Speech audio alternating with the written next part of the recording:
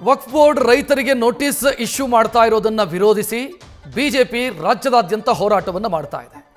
ಈ ವಕ್ಫ್ ಹೋರಾಟದಲ್ಲಿ ಸದ್ಯ ಬಿಜೆಪಿ ವರ್ಸಸ್ ಬಿಜೆಪಿ ಎನ್ನುವಂಥ ಪರಿಸ್ಥಿತಿ ಸೃಷ್ಟಿಯಾಗಿದೆ.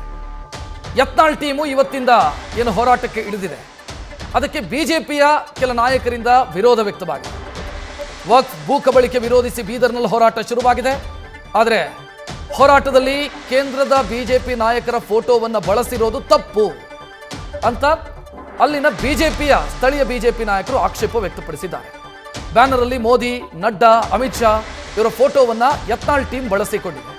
ಅದನ್ನು ತೆರವುಗೊಳಿಸಿ ಅಂತ ಬಿಜೆಪಿ ಜಿಲ್ಲಾಧ್ಯಕ್ಷ ಬೀದರ್ನ ಬಿಜೆಪಿ ಜಿಲ್ಲಾಧ್ಯಕ್ಷ ಜಿಲ್ಲಾ ಪೊಲೀಸ್ ಇಲಾಖೆಗೆ ದೂರು ಕೊಟ್ಟಿದ್ದಾರೆ.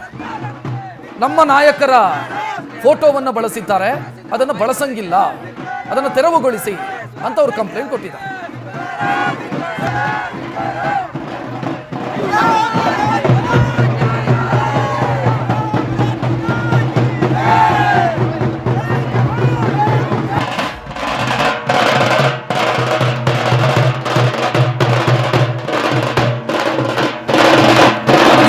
ಇದು ಯತ್ನಾಳ್ ಅಂಡ್ ಟೀಮ್ ಮಾಡ್ತಾ ಇರುವಂತಹ ಹೋರಾಟಕ್ಕೆ ಸಂಬಂಧಿಸಿದಂತ ದೃಶ್ಯ ಇದು. ವಕ್ಫ್ನ ಅಕ್ರಮಗಳೇನಿದ್ದಾವೆ ಅದನ್ನು ವಿರೋಧಿಸಿ ಪ್ರೊಟೆಸ್ಟ್ ನಡೀತಾ ಇದೆ. ಬಟ್ ಇಲ್ಲಿ ಏನಾಗ್ತಿದೆ ಅಂತಂದ್ರೆ ರಾಜ್ಯ ಬಿಜೆಪಿಯದ್ದು ಪ್ರತ್ಯೇಕ ಹೋರಾಟ, ಯತ್ನಾಳ್ ಅಂಡ್ ಟೀಮ್ ಇದ್ದು ಪ್ರತ್ಯೇಕ ಹೋರಾಟ. ಈಗ ಯತ್ನಾಳ್ ಟೀಮ್ನಲ್ಲಿ ಬಳಸಲಾಗಿರುವಂಥ ಫೋಟೋಗೆ ಬೀದರ್ನ ಜಿಲ್ಲಾಧ್ಯಕ್ಷ ಬಿಜೆಪಿ ಜಿಲ್ಲಾಧ್ಯಕ್ಷ ಆಕ್ಷೇಪ ವ್ಯಕ್ತಪಡಿಸಿರೋದು. ಅಲ್ಲಿ ನರೇಂದ್ರ ಮೋದಿ ಅವರ ಫೋಟೋ, JP ನಡ್ಡಾ ಅವರ ಫೋಟೋ, ಅಮಿತ್ ಶಾ ಅವರ ಫೋಟೋವನ್ನು ಬಳಸಿದ್ದಾರೆ. ಇದು ನಮ್ಮ ಪಕ್ಷದ ಅಧಿಕೃತ ಕಾರ್ಯಕ್ರಮ ಅಲ್ಲ.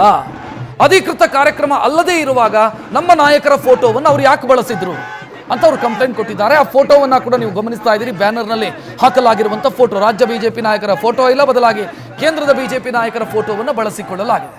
ಇದಕ್ಕೆ ರಾಜ್ಯ ಬಿಜೆಪಿಯ ಟೀಮು ಮತ್ತು ರಾಜ್ಯ ಬಿಜೆಪಿಯ ವ್ಯಾಪ್ತಿಗೆ ಬರುವಂಥ ಜಿಲ್ಲಾ ಘಟಕ, ಆ ಜಿಲ್ಲಾ ಘಟಕದ ಅಧ್ಯಕ್ಷರು ಕಂಪ್ಲೇಂಟ್ ಕೊಟ್ಟಿದ್ದಾರೆ. ಈ ಬಗ್ಗೆ ಹೆಚ್ಚಿನ ಡೀಟೇಲ್ ನೀಡೋದಕ್ಕೆ ನಮ್ಮ ಪ್ರತಿನಿಧಿ ಮಧುಸೂದನ್ ಫೋನ್ ಸಂಪರ್ಕದಲ್ಲಿ. ಮಧುಸೂದನ್, ಈಗ ಯತ್ನಾಳ್ ಏನೇ ಹೇಳಿದ್ರು ಕೂಡ ಬಿಜೆಪಿಯ MLA, ಅವರನ್ನೇನು ಉಚ್ಚಾಟನೆ ಮಾಡಿಲ್ಲ ಪಾರ್ಟಿಯಿಂದ. ಒಬ್ಬ ಬಿಜೆಪಿಯ MLA ಆಗಿ ಕೇಂದ್ರದ ನಾಯಕರ ಫೋಟೋವನ್ನು ಬಳಸಬಾರದು ಅಂತ ಪೊಲೀಸ್ ಕಂಪ್ಲೇಂಟ್ ಕೊಟ್ರೆ ಪೊಲೀಸರಾದ್ರೆ ಏನು ಮಾಡೋದಕ್ಕೆ ಸಾಧ್ಯ ಇದೆ ಇಲ್ಲಿ?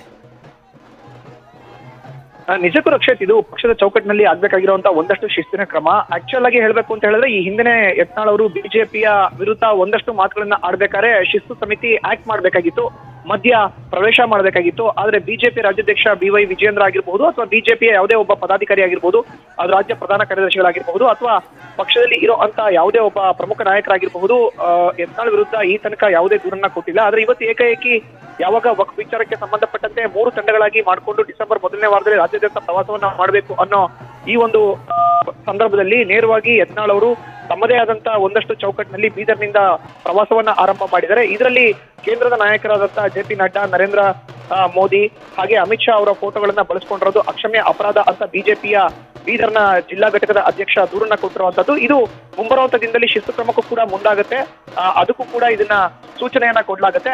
ಆದ್ರೆ ಯಾವುದೇ ಕಾರಣಕ್ಕೂ ಯತ್ನಾಳ್ ಅವರು ಈ ರೀತಿ ಪಕ್ಷ ವಿರೋಧಿ ಚಟುವಟಿಕೆಯನ್ನ ಮಾಡಬಾರ್ದು. ಪಕ್ಷ ವಿರೋಧಿ ಚಟುವಟಿಕೆಯನ್ನ ಮಾಡಿದ್ರೆ ಅದು ಅಕ್ಷಮ್ಯ ಆಗತ್ತೆ. ಈಗಾಗಲೇ ಅವರು ಕೂಡ ವಕ್ಫ್ ವಿಚಾರಕ್ಕೆ ಸಂಬಂಧಪಟ್ಟಂತೆ ಏನು ರಾಜ್ಯ ಬಿಜೆಪಿ ಘಟಕ 3 ತಂಡಗಳನ್ನ ಮಾಡಿದೆ, ಅದರಲ್ಲಿ R ಅಶೋಕ್ ನೇತೃತ್ವದ ತಂಡದಲ್ಲಿ ಸದಸ್ಯರಿದ್ದಾರೆ.